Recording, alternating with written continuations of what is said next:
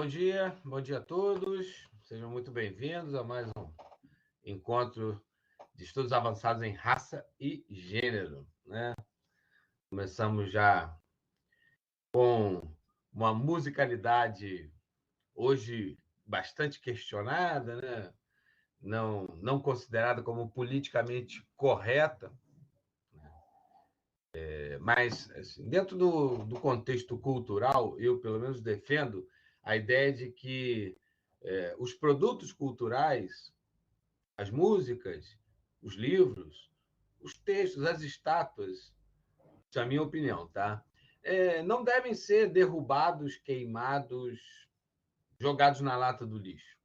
Eles são fontes, né, de observação, de análise. Eles são vestígios concretos de como uma sociedade pensava, né?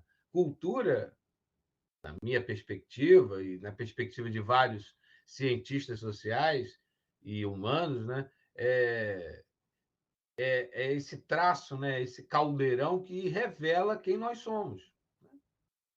Como pensamos, como agimos, como professamos as nossas crenças religiosas, preparamos a nossa comida, nos vestimos, enfim. Né? Quando a gente exclui, nega, joga na lata do lixo, a gente não percebe a riqueza que muitas vezes a gente está descartando. Por vergonha, por não querer assumir uma identidade, por não querer que deixe claro, né, de certa forma, o que nós pensamos. Né? Então, na via da cultura, é possível a gente ter um raio-x, né, e fazer uma espécie de diagnóstico da sociedade. Essas duas canções, e tem outras, né? Agora, enfim, a gente poderia colocar aqui, acho que outras, né? A mulata, essa ideia da mulata foi tema de diversas canções, está dentro desse imaginário cultural brasileiro e é uma personagem, digamos assim, né? do carnaval, né? Da ideia do carnaval. Coloquei essas duas, pelo menos essas duas, e uma numa gravação, né, Lamartine Babo mesmo, isso, né, bota tempo nisso, né? Que era um dos grandes compositores de marchinhas carnavalescas, né? Então, Lamartine Babo era e fazia sucesso e fez música para todas as etnias, né? Tem uma marchinha para Lourinha dos Olhos de Cristal, a Moreninha, enfim, né? E da mulata, né? E depois, né, uma música do Wilson Batista, né, e Ataúfo Alves, né, cantando Mulata Assanhada, que compuseram Mulata Assanhada e nada melhor que a voz de Elza Soares para cantar, né? E se a gente pegar as letras dessas duas, né, pelo menos essas duas, como uma amostragem, a gente vai perceber, né? A gente vai perceber o que está escrito ali, né? Deixa eu colocar aqui. Deixa eu procurar aqui, já colocar aqui. Olha, o que diz mulata assanhada? Ô mulata assanhada que passa com graça, fazendo pirraça, fingindo inocente, tirando o sossego da gente. Que mulata assanhada que passa com graça, fazendo pirraça, fingindo inocente, tirando o sossego da gente. Ai, mulata, se eu pudesse, e se meu dinheiro desse, eu comprava sem pensar esse céu, essa terra, este mar. E ela finge que não sabe que tem feitiço no olhar. Ô mulata assanhada, que passa sem graça, e o refrão vai repetindo, né? Ai, meu Deus, que bom seria para tudo se voltasse a escravidão. Eu comprava essa mulata e prendia no meu coração. E depois, a pretoria, é quem resolvia a questão. Composição, né? Enfim, dos anos, se não me engano, nos anos 50, né? Deixa eu ver se tem a data aqui. Ah,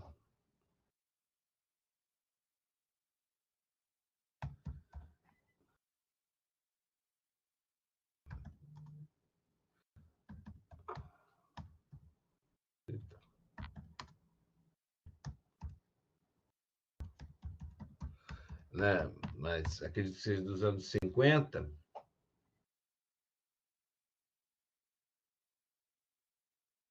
Tá, um pouquinho depois, ó, 61. Ah, de Ataúfo Alves, né?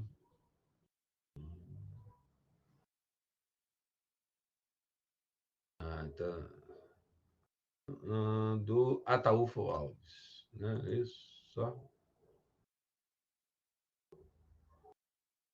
Ataúfo Alves, só. E Ataúfo Alves, né, era um compositor negro, polêmico já também, né, se a gente pensar as questões de gênero, né, com a famosa canção da Amélia, que é outra também que já caiu no hall, né, das canções consideradas politicamente incorretas, né? E vamos ver a letra aqui agora do O Teu Cabelo Não Nega, que já começa, é o nome da canção, né? O Teu Cabelo Não Nega.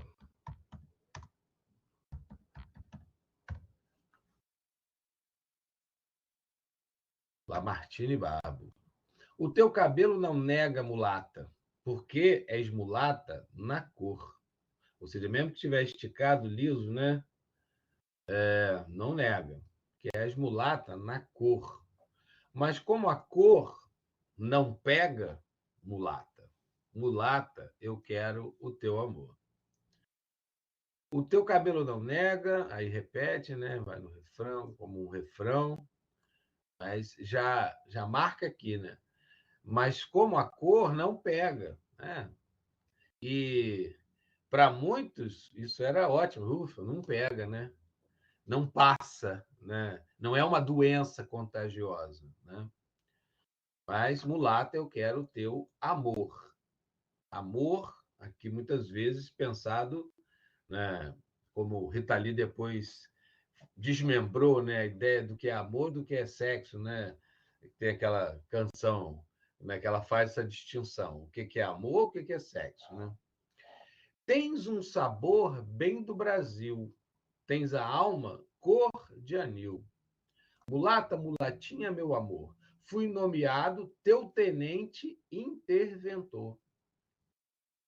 Então, é quem cuidaria, quem mandaria, quem seria quase o dono ali, né? Se o outro lamenta, né? Ai, que bom seria se voltasse à escravidão. A licença poética da música cabe tudo, mas vindo de um negro, né, que deve ter sofrido todos os preconceitos possíveis, né? Trabalhando na chave da ironia, a gente também pode perceber, né, o tocar o dedo na ferida mesmo na chave da ironia, né? Aí, mais uma vez, né, o cabelo não nega, porque és mulata na cor, mas como cor não pega, mulata. Mulata, eu quero o teu amor.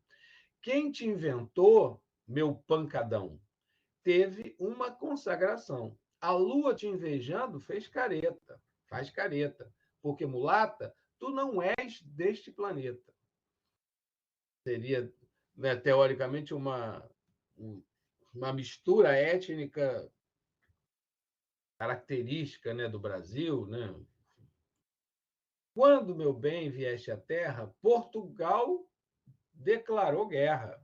A concorrência, então, foi colossal. Vasco da Gama contra o Batalhão Naval, né?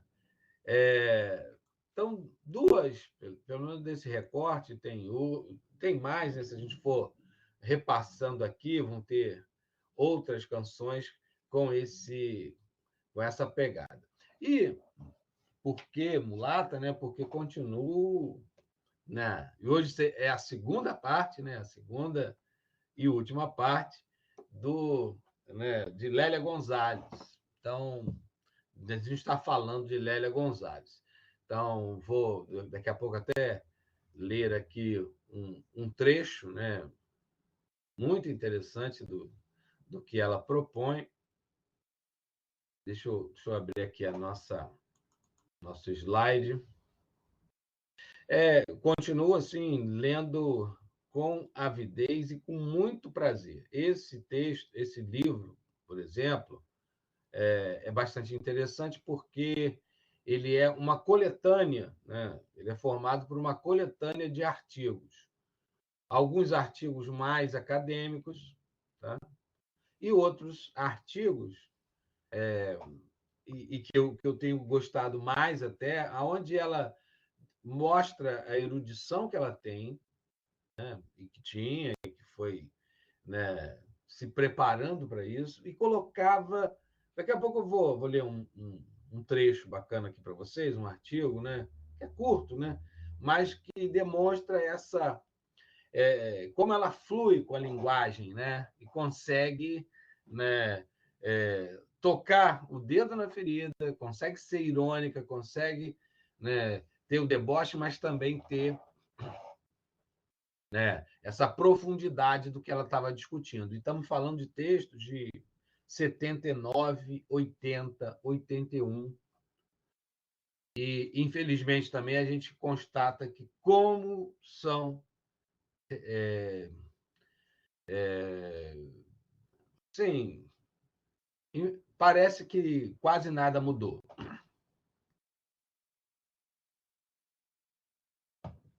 Então, os textos são muito atuais, ainda são muito atuais. Algumas coisas eu acho que conseguiram, né, avançar, mas muitas questões que ela coloca, e de certa forma colocava isso lá na década de 80, são extremamente ainda atuais. Né?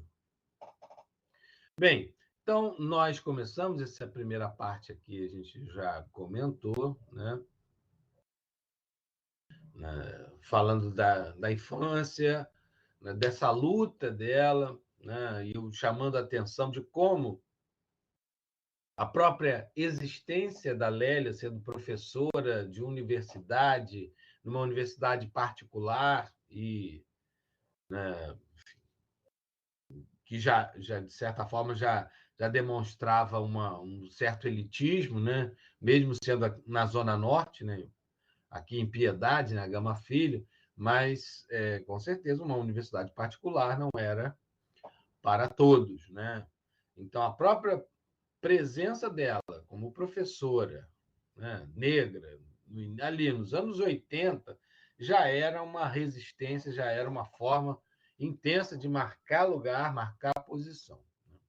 E aqui no final desse slide, eu lembro que a gente foi, acho que até aí, como ela também chamou a atenção dos próprios companheiros, né? Que ela falou, ó, os companheiros no movimento negro estão reproduzindo a mesma estrutura hierárquica da sociedade brasileira, colocando a mulher meio que escanteada, a mulher sem muita voz, e ela não era de ficar, né, sem se manifestar, né, sem, né, estar também participante. Foi justamente a dificuldade de falar e de serem ouvidas que fez com que militantes negras percebessem a necessidade de participar de maneira efetiva do movimento feminista. Contudo, nesses espaços, elas também encontraram inúmeros desafios, como a omissão do racismo e de suas consequências na vida das mulheres de cor. De acordo com Lélia Gonzalez, a cosmovisão eurocêntrica e neocolonialista das ativistas brancas impediam debates e proposições que desaguassem medidas efetivas para o enfrentamento da condição de exclusão e subalternidade na qual as mulheres afro-brasileiras se encontravam. é interessante pensar, e lendo, a gente vai adentrando mais. Eu já tinha falado um pouco sobre isso, acho que, né, e falo isso também para alunos de história, enfim, de direito. Quando a gente pensa o feminismo, ele tem uma distinção. O que classicamente a gente pensa como feminismo, é colocado como tal, passa na ideia, nessa chave de um debate de igualdade de gêneros em oportunidades de trabalho, em remuneração, em espaços e acesso à universidade, né? Nos cursos, em todos os cursos. E o movimento feminista, anos 60 em diante, né, era um movimento que estava muito ligado à classe média alta, né, a partir, né, da questão, né, eu até brinco que a Revolução Francesa, né, das mulheres, do feminismo, foi a invenção da pílula anticoncepcional, que permitiu separar, né, sexo de procriação. E essas pautas, as principais pautas do movimento feminista, Lélia chama atenção quando passa a discutir esse tema, esse debate, porque as pautas para as mulheres de classes, né, da classe pobre, da classe média baixa, né, das periferias, não eram as mesmas pautas das mulheres classe média. Né? Por quê? Para que a mulher da classe média alta, pudesse estar galgando espaços nas universidades, espaços profissionais, muitas vezes elas reproduziam o sistema da Casa Grande Senzala, aonde quem cuidava das crianças e muitas vezes, e na maioria das vezes, quem amamentava as crianças eram as amas de leite, eram as escravas, eram as mucamas, né? Então, esse desenho fazia com que... Por que não se discutia no movimento feminista a situação dessas mulheres de periferia, das mulheres pobres, na sua maioria, pelo menos, né, num determinado recorte? Hoje a gente pode pensar, né, que quem serve como empregada doméstica, como babás, né, eu acho que talvez tenha se equilibrado mais na questão das mulheres nordestinas, né, que chegam, né, que começam a chegar em grande quantidade, né, desde os anos 50, 60, mas que hoje também estão nessa condição periférica, muitas estão nessa condição periférica, né, morando nas comunidades, nas favelas. Né? Mas a mulher de classe média alta, para poder estar galgando esses espaços, conquistando esses espaços e batalhando pelas pautas feministas, ela precisa recorrer à mão de obra negra, à mão de obra das mulheres das comunidades, das periferias. Né? Então, nesse momento, as pautas elas não se igualam. Né? E Lélia chama atenção disso. Né? Ela vai colocar lá o dedo na ferida. E não é à toa que tem esse desdobramento, e hoje a gente tem como uma grande representante a Djamila Ribeiro, a Chimamanda teve aqui, né, que é uma autora que está bastante também comentada, bastante lida, né, eu acho que isso bem interessante. Não estou compartilhando o slide, ok. Perdão.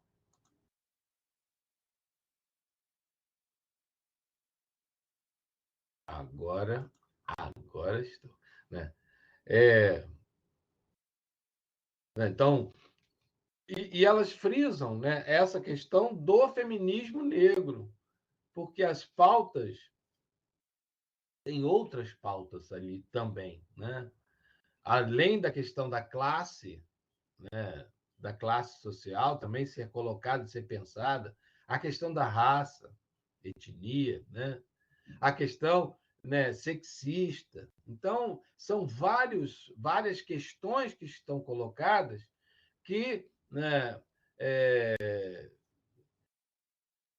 diferem um pouco, né, estão em outra, assim, a urgência, as necessidades ainda são maiores dentro dessa perspectiva do feminismo negro. E quando coloca a questão de classe, as mulheres negras, percebendo ou não, né, mas muitas vezes a necessidade faz com que essa crítica, esse olhar crítico sobre sua classe social, né, fique em segundo plano, né, elas são, né, acabam sendo exploradas por essa condição, né, essa condição social. Né? Se vivem dificuldades na questão, né, sexista, né, de gênero, né, colocam ainda na questão, né, das dificuldades a serem batalhadas, pensadas, superadas, a questão da etnia e a questão da classe social. Nesse sentido, Lélia Gonzalez foi pioneira ao questionar o caráter classista e racista do feminismo hegemônico, cujas ações negligenciavam as demandas e especificidades das afrodescendentes. Influenciada pelas ideias do psiquiatra martinicano Frantz Fanon, que, aliás, é uma outra leitura que já está me aguardando aqui, né? O Máscaras Negras, Pele Branca, né? Tá aqui, tá aguardando o momento, né? Aqui. Já encomendei, né? Pele Negra, Máscaras Brancas, em que ele vai debater essa questão, né, de como toda a cultura foi sendo articulada, pensada para que o próprio negro acabasse inconscientemente aderindo, né, a essa ideia do embranquecimento. Lélia fala isso o tempo todo, dentro da psicose brasileira, da cultura brasileira. Ela usa muito a questão da psicanálise, né? Foi uma formação também que ela fez, que levava a essa questão, né? Às vezes, os próprios negros reproduzindo o enquadramento para se colocar na sociedade, ter que adquirir padrões civilizatórios, aí bem entre aspas, tá? Mas entendam, né? Aonde se colocava essa ideia de que o espaço da ordem, o espaço da limpeza, o espaço da civilização, da cultura, da erudição, era um espaço branco. E muitas vezes, para não bater de frente, né, a estratégia, às vezes, era se enquadrar no formato idealizado, pensado pelo poder, né? pela estrutura do Estado, pela sociedade, que, na sua maioria, as pessoas que comandavam, né, os políticos, as pessoas que eram, né, ricas, enfim, e essa hegemonia social, quem ditava, de certa forma, os parâmetros eram, né, as pessoas brancas. E muitas vezes os negros se enquadravam nesse, nesse modelo, muitas vezes como estratégia de ocupação de espaços. Eu sou um pesquisador de carnaval, né? Eu já falei isso para vocês várias vezes. Aliás, muito feliz, ó, chegou, está aqui, né? É um tijolo. Depois, em breve, a gente vai fazer uma manhã de autógrafos, enfim, a gente está pensando aqui em alguma coisa. Então, todos que forem aqui, né, do Rio de Janeiro, não sei se tem alguém de Cabo Frio também, se deve fazer um momento lá de lançamento do livro, né? E dentro dessa chave, uma das coisas que a gente falava e percebia que para as escolas de samba serem hoje esse fenômeno a principal manifestação carnavalesca na cidade do Rio de Janeiro, teve muita negociação, porque elas surgem no contexto de serem agremiações, associações majoritariamente negras, vindo dos subúrbios, das favelas, para que elas conseguissem o espaço da Avenida Rio Branco, isso lá em meados dos anos 50, foi uma luta, porque eu pesquiso muito em jornais e quase sempre os textos diziam o seguinte: lá na Praça 11, para quem quer se arriscar, o texto era quase esse. Para quem gosta de sons exóticos, batuques e selvageria, vai ter desfile lá das escolas, que essa denominação escola de samba custou um pouco a ser definida, até porque ela surge meio que como blocos, como ranchos, enfim, tinha uma indefinição de conceito. Tá? Então, mas associado com o quê? Como era um batuque majoritariamente de negros, né, as fantasias não tinham ainda a elaboração que os ranchos ou os carros alegóricos das grandes sociedades. Então, essa produção era mais artesanal e da própria comunidade, ele era tido como uma manifestação quase folclórica, era só visto como folclórico. Né? Mas era perigoso. Ó, se for lá para a Praça 11, ver lá os desfiles deles, né? A imprensa, isso, Jornal do Brasil, o Globo, enfim, todos os jornais, né, já existentes lá nos anos 30, enfim, quase sempre vinham com essa questão. Né?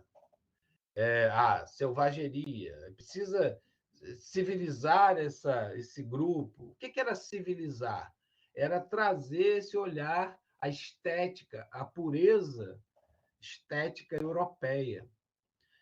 Então, muita negociação teve que acontecer nesse sentido de ser respeitado, começar a ganhar a subvenção do Estado, começar a ter, né, uma organização, um policiamento, enfim, começar a ser respeitado. Né? E esse processo, enfim, é um processo longo, né, uma história aí que já em breve estaremos completando 100 anos, né, dos desfiles de carnaval, isso em 32, vai ser o primeiro desfile mais oficial, né, patrocinado pelo jornal, o antigo Jornal dos Esportes, né, enfim. Né? Então, até o reconhecimento, né, dos anos 60, ganhar a Avenida Rio Branco, depois a Presidente Vargas, e ter um sambódromo, enfim, né, os olhares todos convergindo para ali, né, muita luta, também muita influência e entrada maciça de classe média, de artistas formados na Escola Nacional de Belas Artes. Então, toda uma negociação ao longo dessa história para que não ficasse só segmentada e olhada como algo característico de negros, né? De negros, de suburbanos, de favelados. Né? Isso de uma maneira geral com a questão da cultura que, né, emana, né, da cultura negra. Né? Hoje, até hoje, ainda se tem um pouco desse preconceito, né, em relação, por exemplo, às religiões, o candomblé, a umbanda. Né? Tem participação, né, de pessoas brancas, de todas as classes, sim, mas ainda é olhado meio que como um lugar, um espaço, né, de negros, né, de homens e mulheres negros. E continua sendo ainda muito depreciado, né? Tipo assim, chuta que é macumba, né? Como se, sempre com esse, né, falado em termos de outras classes sociais como um espaço, né, menor, um espaço, né, que se refere ou preocupado com medo, né, do feitiço, né, da mulata que tem um feitiço no olhar, né? Então, isso justificaria o quê? Não a ação da mulata, mas a ação do outro, né? Desse homem que perde a cabeça quando vê passando a mulata, né? Então, assim, são espaços e muitas vezes você vê e nada contra, cada um vai dentro da chave, da sua fé, mas muitos se enquadram, né, muitos homens, mulheres, negros, negras, né, se enquadram nas religiões, ou no catolicismo, ou dentro das igrejas neopentecostais, onde tem um número considerável de pessoas negras, né, homens, mulheres, né, mas ali dentro de um enquadramento. Não sei se vocês perceberam, às vezes eu tive um insight uma vez que eu comecei a entender, né, porque para mim era um grande mistério. Era um grande mistério porque eu vi a questão, né, das, da, vendo, né, travou aqui, não tô, tá. Vendo a questão, até passando lá na Record, né, ou quando a gente está zapeando, ou quando você passa em frente de uma igreja universal, por exemplo, qual é o discurso, né? Tá amarrado, né? Em nome de eu te repreendo, vou tirar o demônio, né? Noite, como é? Lá tem uma noite para fugir ou a noite do descarrego, né? A linguagem, eu fui começando a ver, falei, gente, a linguagem é como se fosse a linguagem, né, dos terreiros, a linguagem do candomblé, da Umbanda, mas na outra chave. Porque aí eu entendi, qual é o público-alvo que as igrejas, né, muitas igrejas evangélicas, menos as de formação mais histórica, né, a presbiteriana, a batista, mas as ligadas ao neopentecostalismo, né, a, a Universal, né, os desdobramentos a partir das dissidências ali da Universal, eles trabalham muito com esse público-alvo, digamos assim. Porque só vai acreditar que vai ser desamarrado, ou que você está amarrado, se você transita nesse espaço das religiões de matriz africana.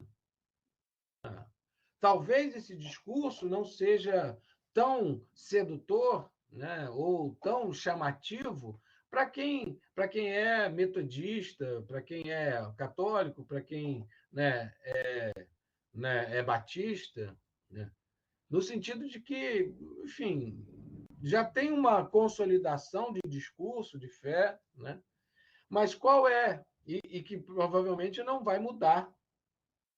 Existem casos? Existem, mas nem todos, né? Eu acho que é pequeno o percentual, acredito, né? Não tem um estudo muito forte em relação a isso, né? Dependendo da classe social.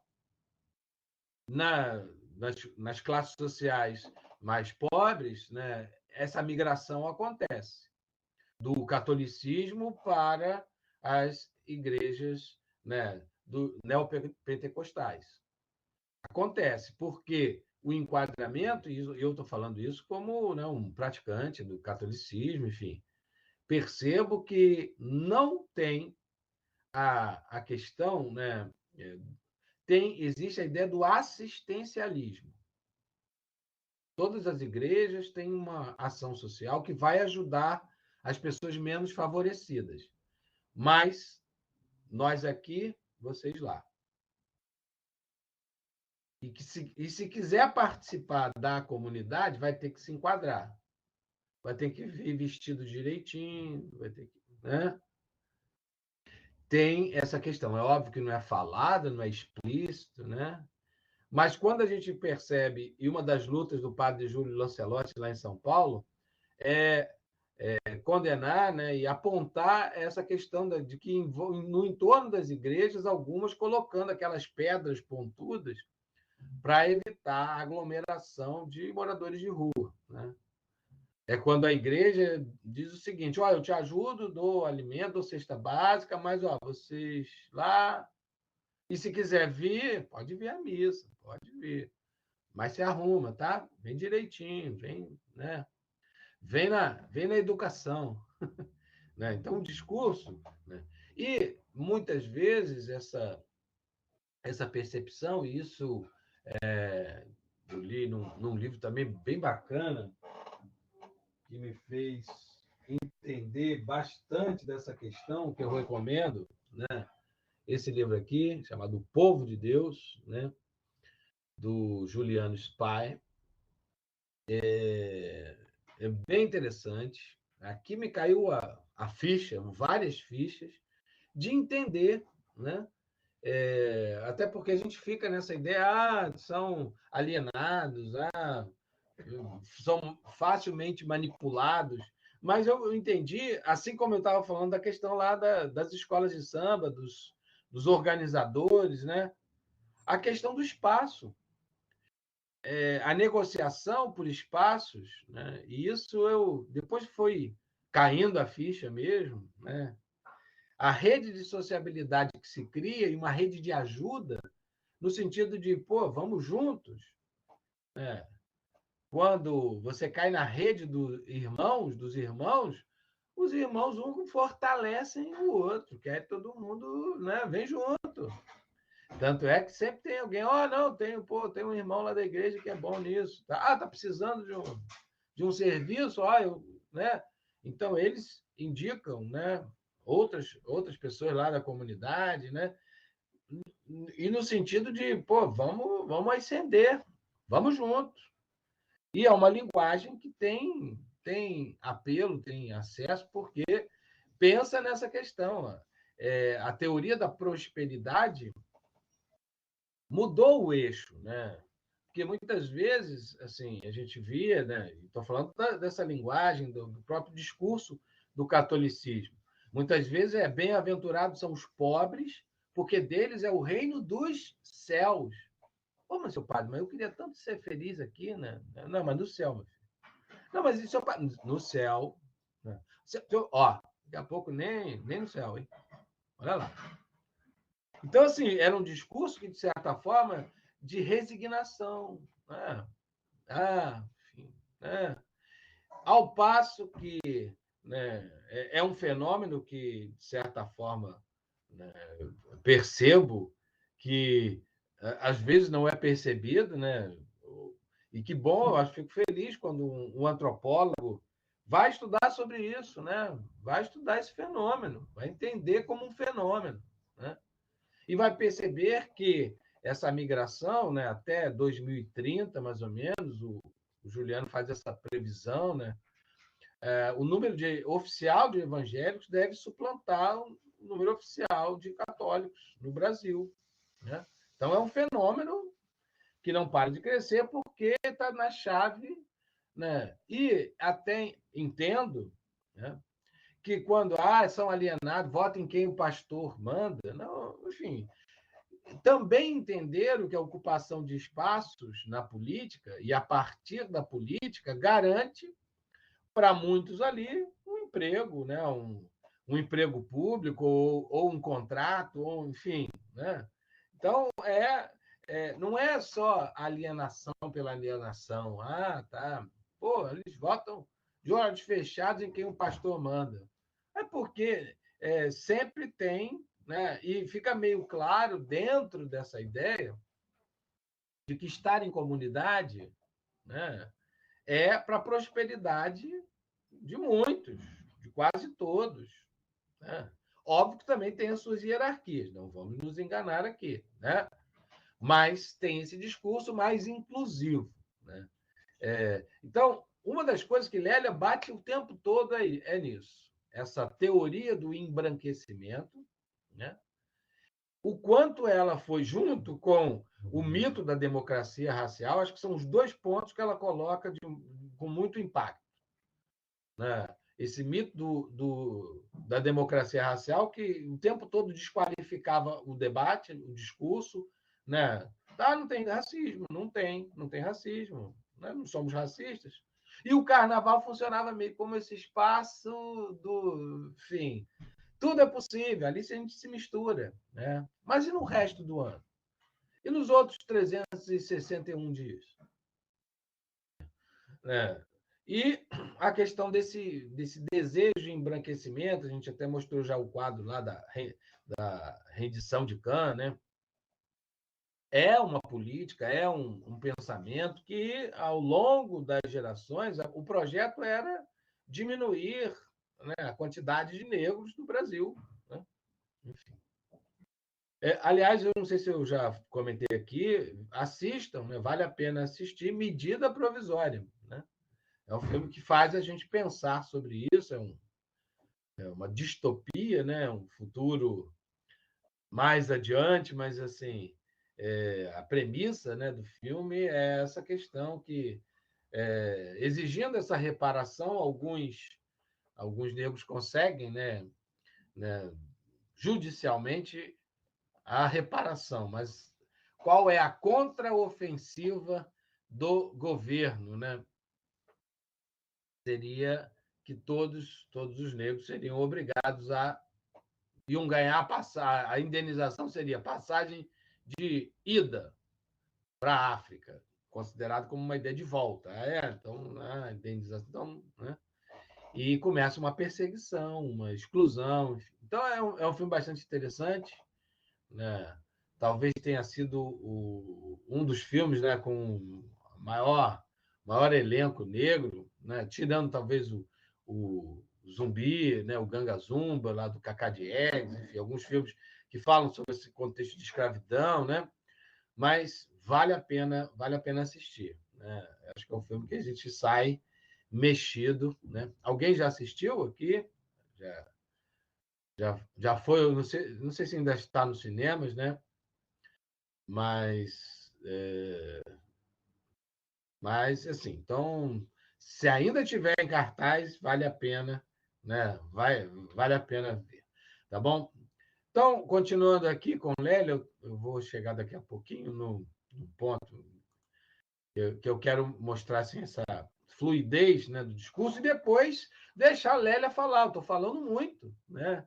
Estou falando muito e tem alguns vídeos em que a própria Lélia vai se manifestar aqui para a gente, ok? Então, a partir até dos textos do Fanon, né, essa ideia, né, dessa mulher afro-latino-americana, né, que também é mais recorrente no Brasil. A gente tem um contexto latino-americano onde a grande mistura étnica foi entre brancos e indígenas. Né? Nem todos os países, por isso que tem até recorrente nessa coisa do futebol. Vem uma torcida argentina, chama o jogador brasileiro de macaco. Né? Esse racismo explícito, até assim, talvez seja até aquela negação do desejo reprimido, porque na Argentina, no Chile, são países onde o elemento negro ele é muito pequeno, né? Porque nessas rotas de escravidão, nem todas essas regiões, né, chegaram, né, homens e mulheres negros, né, escravizados, né? Porque a grande escravização foi com as próprias tribos indígenas. Né? Então, talvez no Peru a gente tem um movimento negro, né, maior, né? E nas Antilhas, com certeza, e, enfim, pensa ali, né, República Dominicana, Cuba, enfim. Mas na América Latina, então essa latinidade, às vezes, né, o movimento negro, né, acaba não tendo essa mesma reverberação.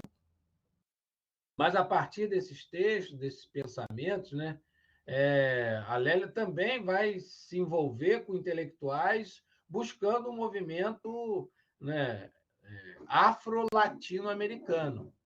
Por isso, até que esse livro, né, a organização, se dá nesse sentido. Ela falou, por um feminismo afro-latino-americano, tentando também incluir, né, as mulheres indígenas, né, nessa tradição nos países latino-americanos. As críticas e apontamentos acima foram fundamentais para novas leituras a respeito de obras canônicas, como O Segundo Sexo, de Simone de Beauvoir.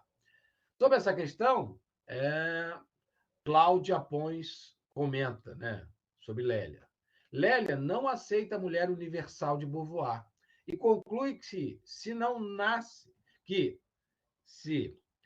se nasce mulher, mas se torna.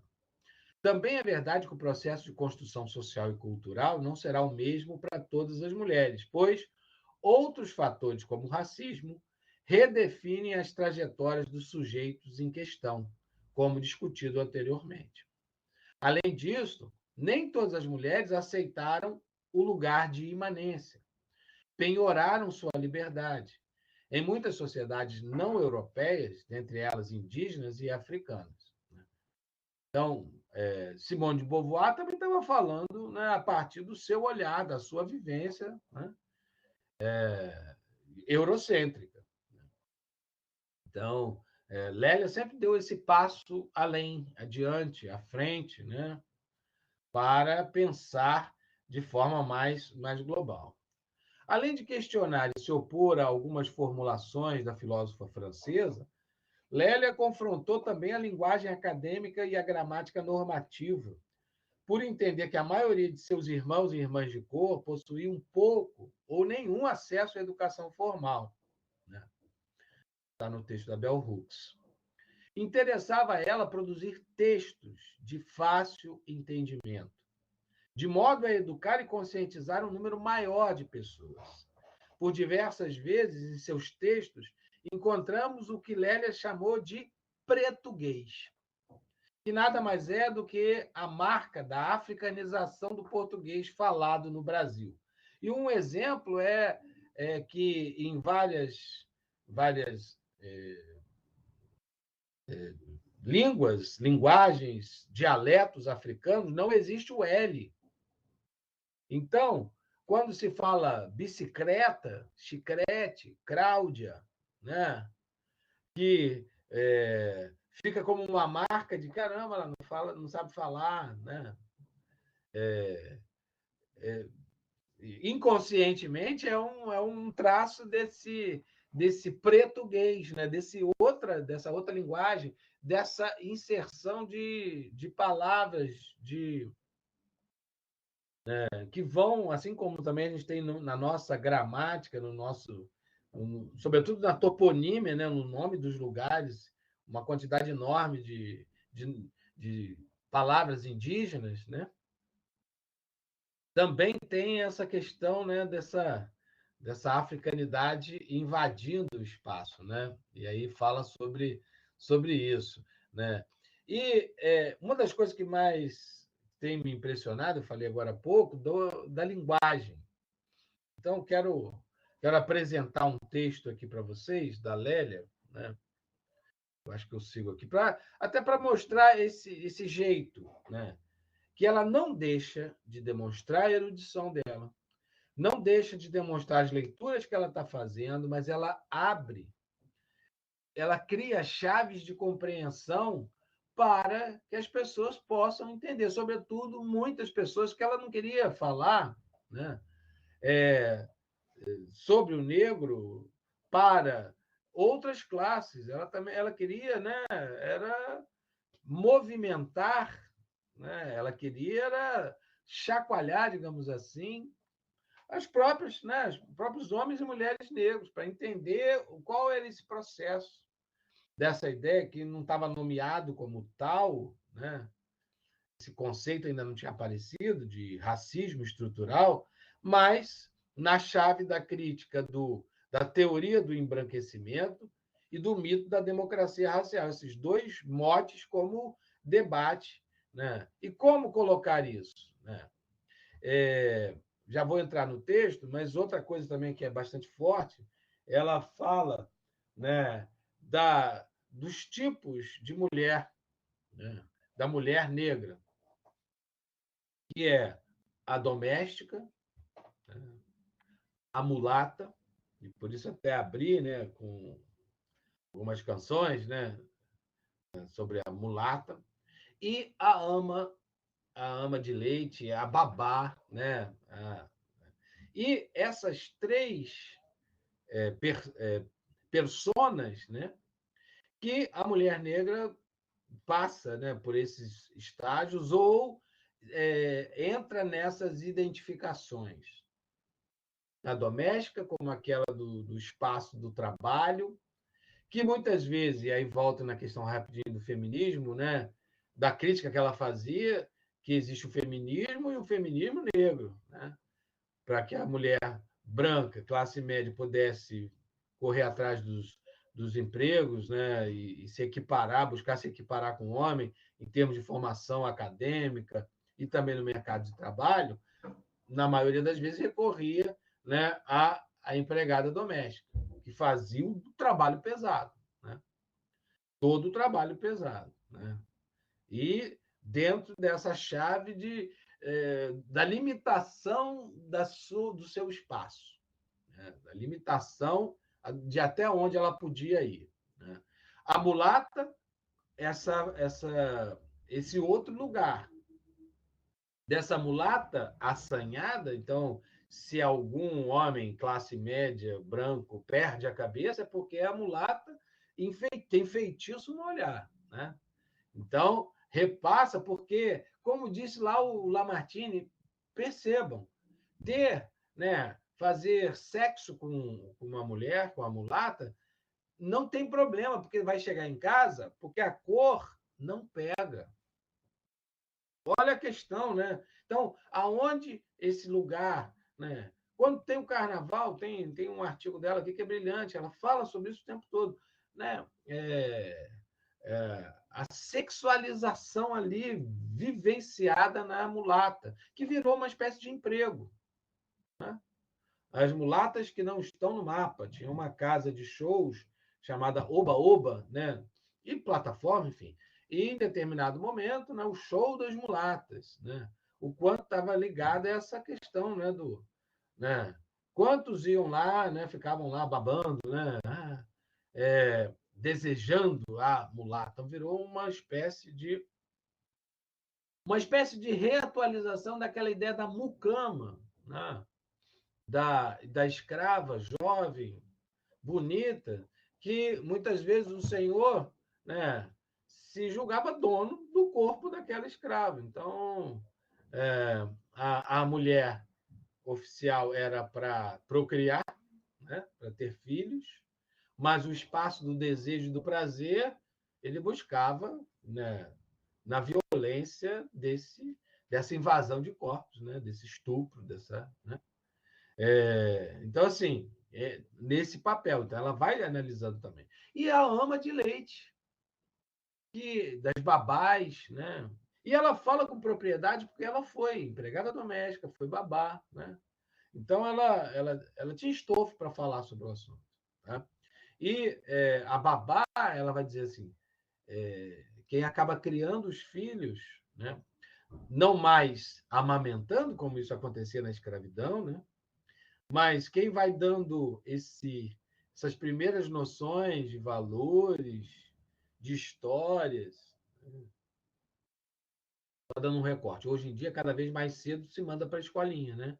Para a creche, né? Então, muitas famílias resolvem dessa outra forma, que é um enquadramento diferente dentro de uma ideia elitista mesmo, né? Então, algumas ainda recorrem à ideia, né, à função da babá, mas muitas colocam as crianças, por exemplo, em creches de horário integral, né? Então, mas quem são muitas vezes as professoras, às vezes nem são professoras, né? São alunas, fizeram um curso normal. Quem são também essas pessoas, né? Essas agentes sociais culturais, né? Tá? Então, de certa forma, essa nossa infância, essa nossa criação, né, vai oportunizando também né, essa cultura que, no fundo, essa negritude, né, vai sendo disseminada, espalhada, né? Porque a criança ela absorve tudo, né? A criança ela não nasce com preconceito, né? A sociedade ela já tem os seus preconceitos. E o que é educação? E muitas vezes não, a escola tem servido a esse papel, de reproduzir os valores considerados como valores civilizados, educados. E, na maioria das vezes, o que acontece? Né? Faz com que essa criança é mal educada, porque ela não está naqueles padrões do quieto, menino, quieto, sentado direitinho aí, né? Enquadramento. Já dizia Foucault, né? Foucault coloca os espaços, né? Que o Estado vai criando de controle dos corpos, né? A biopolítica tem a ver com isso, né? Os presídios, os hospícios, os hospitais e as escolas. A escola é o espaço do enquadramento, desde criança. E quanto mais cedo a gente está colocando os nossos filhos, né, na creche, né, esse enquadramento já vem aprendendo o que é certo, o que é errado, o olhar preconceituoso, quem é bem sucedido, quem não é, né, dependendo da escola, né, quem são os pares, né, dependendo do valor, né, da escola, da mensalidade, a criança, as crianças olham e veem assim, né, tem negros nessa escola, por exemplo, tem escolas lá com mensalidade de R$ 7.000, enfim, e que provavelmente vão ter pouquíssimos crianças negras e pouquíssimos professores negros. Então, não se fala de racismo ali, né? Ou se falar, vai ficar um negócio tão distante, porque, né, aquela comunidade não vive aquilo, né? Não está vivendo. Talvez, né, talvez o racismo apareça em outro contexto, quanto a crianças, por exemplo, de pais indianos que vêm para cá, que estão trabalhando, que são de empresas multinacionais, que colocam os filhos nessas escolas bilíngues. Então, talvez ali, como não vai ser o perfil étnico mais dominante, então podem sofrer, né, esse bullying, né? Mas tem essa questão, né? Esse enquadramento, né, desde cedo, né? Então as crianças vão reproduzindo isso. Lélia faleceu no dia 10 de julho de 94, na cidade do Rio de Janeiro, em decorrência de problemas cardiovasculares. Por meio da análise de sua trajetória de vida e a sua trajetória intelectual, é possível afirmar que, no final da década de 70, ela saiu da condição de sujeito desautorizado, assumindo a condição de intercessora, isso seguindo lá Deleuze, de toda uma geração de homens e mulheres negras. 25 anos após a sua morte, o nome e as contribuições teóricas de Lélia Gonzalez transitam entre a invisibilidade acadêmica e tentativas de difusão e afirmação do seu legado, principalmente por parte de pesquisadoras e feministas negras.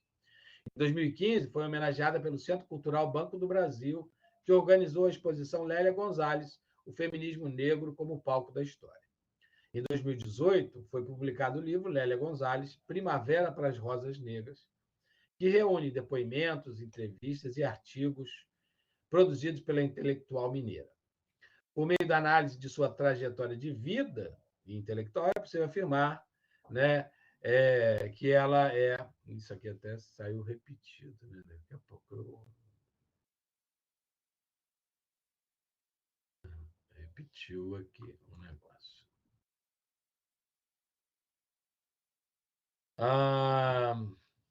Bem, então, assim, um dos textos, e aí eu vou ler para vocês rapidinho, é a epígrafe do artigo Racismo e Sexismo na Cultura Brasileira, de 1983. Olha só. Então, e sintam a voz de Lélia Gonzalez. Como é que fica? Foi então que uns brancos muito legais convidaram a gente para uma festa deles, dizendo que era para a gente também. Negócio de livro sobre a gente. A gente foi muito bem recebido e tratado com toda a consideração. Chamaram até para sentar na mesa onde eles estavam sentados, fazendo discurso bonito, dizendo que a gente era oprimido, discriminado, explorado. Eram todos gente fina, educada, viajada por esse mundo de Deus. Sabiam das coisas. E a gente foi se sentar lá na mesa. Só que estava cheia de gente que não deu para a gente sentar junto com eles. Mas a gente se arrumou muito bem, procurando umas cadeiras e sentando bem atrás deles. Eles estavam tão ocupados ensinando um monte de coisa para o crioléu da plateia que nem repararam que se apertassem um pouco, até que dava para abrir um espaçozinho e todo mundo sentar junto na mesa. Mas a gente foi eles que fizeram, né? E a gente não podia bagunçar com essa de chega para cá, chega para lá. A gente tinha que ser educado. E era discurso e mais discurso, tudo com muito aplauso. Foi aí que a neguinha, que estava sentada com a gente, deu uma de atrevida. Tinham chamado ela para responder uma pergunta. Ela se levantou, foi lá na mesa para falar no microfone e começou a reclamar por causa de certas coisas que estavam acontecendo na festa. Estava armada que zumba. A negrada parecia que estava esperando por isso para bagunçar tudo. E era um tal de falar alto, gritar, vaiar, que nem dava mais para ouvir discurso nenhum. Está na cara que os brancos ficaram brancos de raiva e com razão. Tinham chamado a gente para a festa de um livro que falava da gente e a gente se comportava daquele jeito, catimbando a discurseira deles. Onde já se viu? Se eles sabiam da gente mais do que a gente mesmo. Teve uma hora que não deu para aguentar aquela zoada toda da negada, ignorante, mal educada. Era demais. Foi aí que um branco enfesado partiu para cima de um crioulo que tinha pegado no microfone para falar contra os brancos. E a festa acabou em briga. Agora, aqui para nós, quem teve a culpa? Aquela neguinha atrevida, ora. Se não tivesse dado com a língua nos dentes, agora está queimada entre os brancos. Malham ela até hoje. Também quem mandou não saber se comportar. Não é à toa que eles vivem dizendo que preto, quando não caga na entrada, caga na saída. Lélia Gonzalez. Olha só, bem, esse texto, ela abre, né? E depois ela vem com a discussão, enfim, que é interessante. Ela vai colocando isso, assim. Quando que a gente tem voz? Quando a gente tem que ter voz? Porque, né, é interessante a ironia que ela fala, né? Então, um monte de brancos, estudantes, sociólogos, antropólogos, reúnem, eles sabem mais da gente do que nós mesmos, ou seja, eles têm a autoridade de falar sobre nós. Né? Então, assim, é muito, muito interessante. E o jeito que ela vai tendo, irônico, ela vai. Assim, vale a pena, gente, vocês precisam conhecer para além. Né? Então, vamos fazer o seguinte. Tem 2 vídeos aqui que eu acho que dá tempo da gente assistir.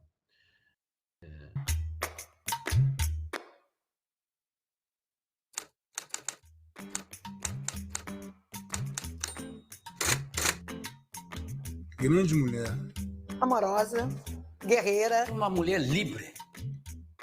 Totalmente livre. Tinha uma extraordinária inquietude política. Que produzia ativamente e diariamente. Que conseguia comunicar com todas e com todos. A ativista que me incomodava. De grande amor, de grande fé. A mulher de Oxum é isso. Oxum é mãe, Oxum atrai a dona do ouro. É uma mulher à frente do seu tempo. Ela quebrou o paradigma da sociedade brasileira que dizia que no Brasil não tinha racismo porque o negro sabia onde era o seu lugar.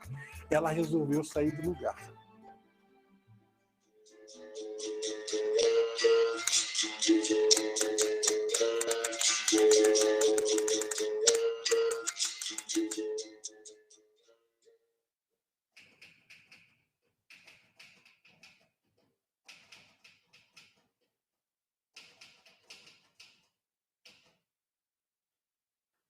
Lélia foi a 17ª de 18 irmãos. Seus irmãos já maiores ajudaram ela a estudar. E isso significa ampliar seus horizontes para qualquer um, negros ou brancos. Você estudar, você tem uma ampliação. E nessa ampliação é que ela começa, sem perceber, um processo doloroso de embranquecimento. Mamãe era costureira. fazia cada vestido lindo. E Lélia se formou no científico, no Rivadavia Correia. E aí, mamãe fez um vestido azul, de tule, tomara que caia, todo salpicado de estrelas. Para mim, na época, eram estrelas. Eu estava sentada na varanda de minha avó, ela saiu e eu fiquei assim, extasiada, meus olhos brilharam. Eu falei assim, existe fada negra.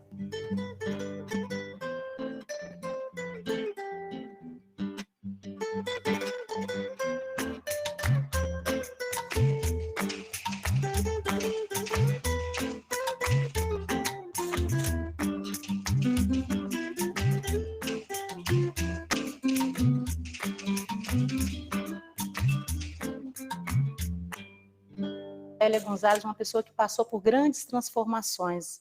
Ela era uma mulher que negava a sua ancestralidade e descobriu a questão racial no seu casamento, nas suas relações sociais, e passou a militar em defesa da igualdade e negar todas as opressões de gênero, de classe. Quando eu conheci Lélia, efetivamente, eu fiquei um pouco... Estranhou um pouco o Gonzalez, porque sabia que era espanhol. Então, ela me contou, foi um homem com o qual ela casou e que morreu de uma maneira trágica. Quando o Luiz Carlos, a quem eu chamava de Pai Cal, foi o primeiro marido dela, e eles tinham uma relação muito boa, ela o amava, ele a amava. Então, enquanto eles namoravam, a família dele não fez pressão nenhuma. Quando eles resolveram casar, que ela faria parte da família Gonzalez, houve uma pressão muito grande por parte da família, onde veio à tona o racismo, né? Que exatamente, enquanto não disputa, não faz parte da família, tudo bem. Quando ela faz parte da família, a pressão foi grande, e ele segurou uma barra muito grande, que chegou ao ponto de uma situação trágica, né? Em que ele, para poder segurar essa barra, ele não conseguiu segurar e acabou, né, se suicidando. E como ela tinha um amor muito grande por ele, e até em respeito à pessoa dele, ela resolveu manter o sobrenome Gonzalez, que como ela é conhecida como Lélia Gonzalez.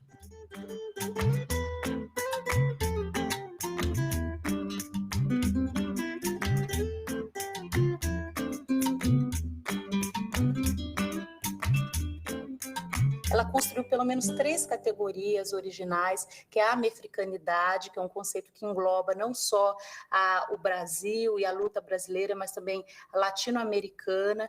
Ela trabalhou com a categoria por um feminismo afro-latino-americano, também numa perspectiva transnacional, e, sobretudo, a mulher negra, que comportava, no caso da interpretação dela, a opressão de gênero, de classe e de raça. Ela era, sobretudo, uma militante e, sobretudo, uma feminista, cotidianamente militante do movimento negro. E a academia permitia fazer todas as reflexões e contribuir a curto, médio e longo prazo, como ela dizia, para a produção de mudanças que ela antevia e ela percebia que seriam fundamentais. O Estado livre de todo o continente americano surgiu no Brasil e foi criado pelos negros. Em julho de 1978, quando ainda não havia acontecido a anistia, o Abdias, empenhado, voltou ao Brasil e encontrou o movimento negro no momento de organização de um grande ato público nas escadarias do Teatro Municipal de São Paulo, que protestou contra várias situações de racismo e a partir do qual foi criado o Movimento Negro Unificado, em reuniões que nós participamos. E aí, quando nós estávamos no Rio de Janeiro, Lélia morava em Cosme Velho e tinha um Calhambeque, um carro velho, e então nos buscou em Botafogo, fomos em frente para o Santos Dumont e o Calhambeque pifou no meio da rua.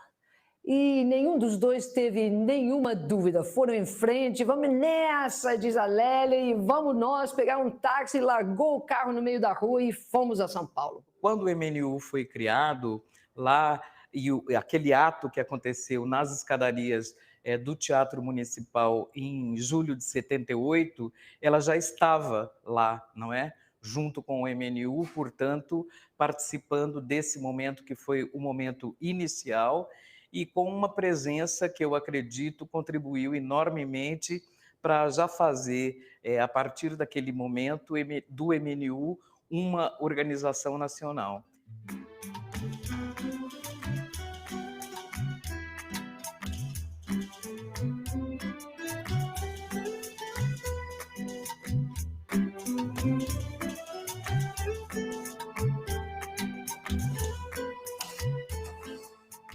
Ela tinha muito mais rigor com o militante negro, o homem negro, e a violência do homem negro, a reprodução dessa violência pelo oprimido homem negro em cima da mulher negra. Eu aprendi muito com ela, muito aprendi, não somente sobre relações entre homem e mulher, porque ela me deu uma visão sobre a relação entre homem e mulher que mudou a minha perspectiva sobre as relações homem e mulher. Até então, não se falava na questão do feminismo negro, não se falava na questão da violência contra a mulher negra.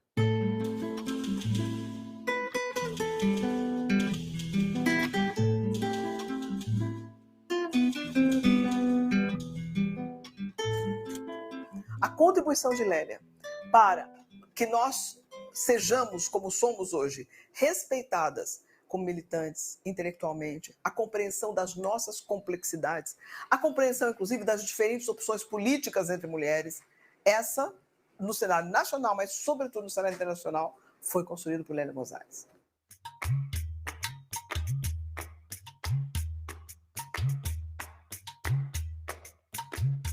Do ponto de vista da mulher encarnada, né, da Lélia tangível, da década de 70, ela é uma militante de um tempo em que, como referências para o movimento negro no Brasil, há duas grandes referências internacionais, né? A primeira grande referência internacional é o que está acontecendo, são os primeiros ganhos do movimento Civil Rights nos Estados Unidos, né? Que começa na história americana a partir da década de 50 e que em 70 está atingindo a sua maturidade política, que é aí que Lélia vai ser interlocutora com grandes militantes e ativistas do movimento de resistência racial norte-americano. Por outro lado, é também um contexto de descolonização dos países africanos. Lélia veio me visitar no Senegal várias vezes. Cada vez que ela podia escapar do Brasil, eu diria digo bem escapar, porque naquela época era a época da ditadura militar aqui. Saía esporadicamente, quando podia, com um convite internacional, e geralmente convites para ir para reuniões de mulheres, convites que não eram aparentemente convites políticos, mas que permitiam ela sair para fazer essas conexões políticas que ela fazia.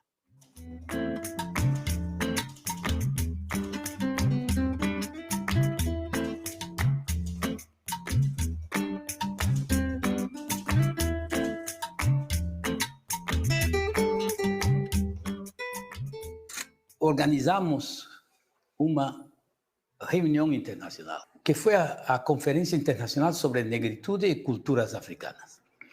Durante 3 dias, mais de 1.200 pessoas assistiram a esses debates intensos e foi o momento que Lélia apresentou suas ideias de uma maneira mais coerente, as ideias que ela tinha sobre a luta contra o racismo e sobre o papel da mulher negra, não somente no Brasil, mas o papel da mulher negra na sociedade. These Western values, these white values, they send our women. But these women, it is important to say, they are usually like the objects, sexual objects. But it is important to say, as I said this morning, we cannot see this situation only by one side. We must see the side of these women. And they are these black women that you are honoring here today. They are working. They are shaking their bodies for the white and so on, because their children are needing schooling, are needing eating, are needing a lot of things. These women, they are unknown heroines of our history. Com a chamada abertura política, ela viu uma oportunidade de nós, para além dos movimentos sociais, estarmos ocupando o espaço, o chamado espaço legislativo, executivo, e daí ela se filiou ao Partido dos Trabalhadores, fez uma campanha belíssima, teve uma votação esplendorosa para uma mulher negra num país, né? E que até hoje a ocupação política ainda se dá pelas famílias tradicionais. Infelizmente, isso acontecia e está voltando ainda mais forte. Então, cada vez a voz de Lélia continua mais forte.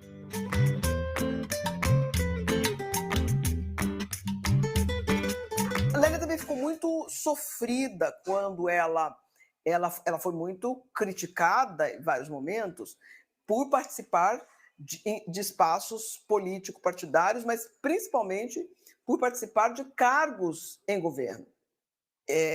Havia um certo purismo em algumas áreas e, por outro lado, também uma visão por parte de alguns militantes dizendo: olha, nós não foi uma conquista específica nossa o cargo ocupado por essa intelectual. Ela via dentro da política, né, de repente conseguir um cargo eletivo de deputada federal na época, em 82, de estar dentro do Congresso e poder ser a voz dela ter uma penetração maior, né, do que ela como acadêmica, como professora, como cientista política e tal. Seria a concretização de uma coisa que ela tinha, que era o sonho de entrar na política para poder, né, efetivamente, de uma forma muito mais ampla, conseguir aquilo que ela objetivava, que ela queria de melhor para as pessoas.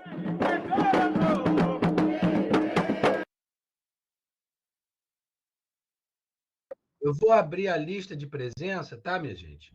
Mas eu vou deixar continuar aqui, né, o vídeo até o final, faltam só 5 minutos, mas para quem já está com pressa, enfim, quem não vai poder ter outra aula, então já estou lançando aqui a lista de chamada, tá certo? Lembrando a vocês também que eu tenho colocado as aulas, depois até vou colocar os novos links aqui, lá no canal, né, no meu canal, o canal do Guaral. Estou colocando as aulas lá, tá bom? Enfim, se alguém quiser rever alguma coisa, porque só fica uma semaninha, né? Daqui a pouco já some. Ok? Então, ó, a lista de presença está lá, para quem já precisar sair, está no Fórum de Dúvidas. Eu vou botar aqui até o final, para quem puder continuar assistindo, que é muito bacana.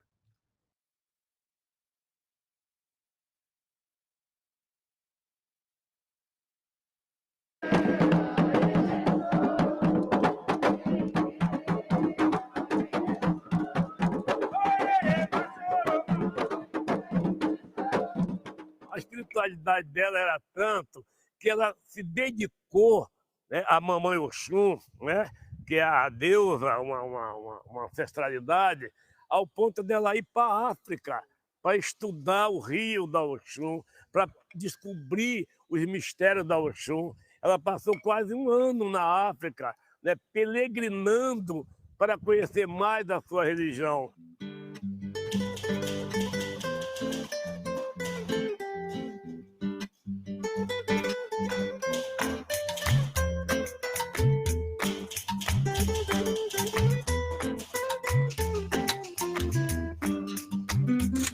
Ele foi uma pessoa mega importante nessa questão da derrubada do mito da democracia racial. É necessário racializar vários debates na sociedade brasileira, porque o problema do racismo ainda não foi resolvido para a gente. Lélia é uma referência a ser apropriada pela academia brasileira hoje. A principal pegada de Lélia Gonzalez é a articulação entre categorias analíticas que estavam relativamente apartadas e a circulação nos movimentos sociais. Muitas mulheres apareceram depois para se candidatar, e estão se aparecendo hoje, e vão para o teatro, para o cinema, ou seja, saem de trás das portas e colocam, como dizia ela, a cara para bater. É porque nós tivemos uma pessoa que foi fundamental nessa questão da visibilidade positiva da mulher negra. Lélia certamente estaria construindo a transdisciplinaridade nas ciências sociais, o que seria uma grande contribuição. Definitivamente estaria fazendo avançar os estudos de gênero e principalmente os estudos sobre a mulher.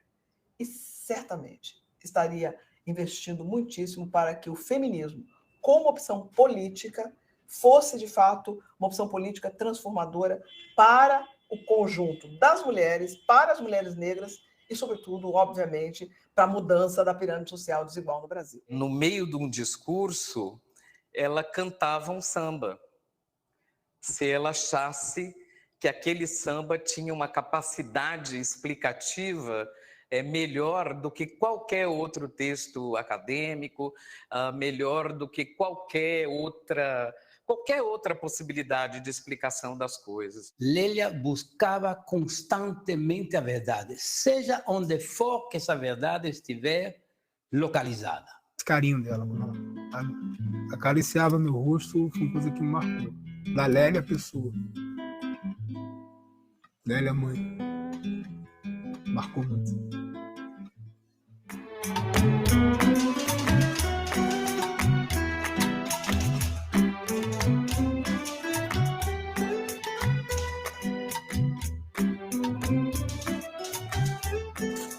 Nós sabemos que as nossas crianças, né, elas sofrem uma desigualdade violentíssima em termos de educação. A gente sabe que uma criança negra que nasce hoje, ela tem muito menos possibilidade de chegar à universidade do que uma criança branca, né? Tem 6, 7 vezes menos oportunidade de chegar lá e, de modo geral, chega muito pouco quando chegam nas universidades de menor nível de ensino, menos qualificadas, etc. Para a mulher negra, o lugar que lhe é reservado é sempre o lugar menor, né? É o lugar da marginalização, é o lugar do menor salário, é o lugar do desrespeito com relação à sua capacidade profissional. Se eu, enquanto professora universitária, etc. e tal, se eu chego na universidade e fico calada, não abro a minha boca, né? Em relação à questão racial, bolas, e saio para as passeatas levantando bandeiras, eu não estou sendo militante, coisa nenhuma. Um dos pontos básicos, né, do programa de ação do MNU era justamente, né, você levar a questão racial onde quer que você esteja, né? Você tem que levar para o teu campo de trabalho mesmo, né? Para nós é uma luta muito grande, né, você conseguir chegar no mesmo pé de igualdade com uma pessoa branca na sociedade brasileira, né? Isso em todos os níveis. Solidariedade e organização, né? Isso daí é que é básico, é que é essencial.